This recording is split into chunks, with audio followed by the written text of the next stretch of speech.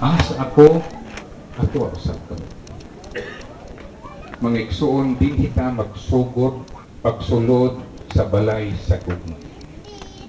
Aron di kaning maong balay sa gugma, dito kita pagpadayon, pagsulod po niya sa balay sa hingpit nga gugma, ang balay sa amahan.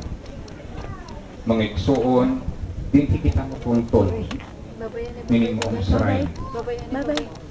Kundi kita katultol sa iyang balay, dinhi sa yuta, katultol baka kita sa iyang balay dito sa Pitas. Putultol kita ngadto sa iyang gugma, kay ang gugma niya bukas alang kanato, ug ang bukti ra usab dili ang kahadlok kaniya, dili ang pagkamasinugtanon nga dili kinasingkasing ang iyang ipangita ang gugma gikan sa kanatong tanan. So mag-igsoon, hinaot nasabtan ninyo kini dapita na kining maong shrine dili iya sa imisi.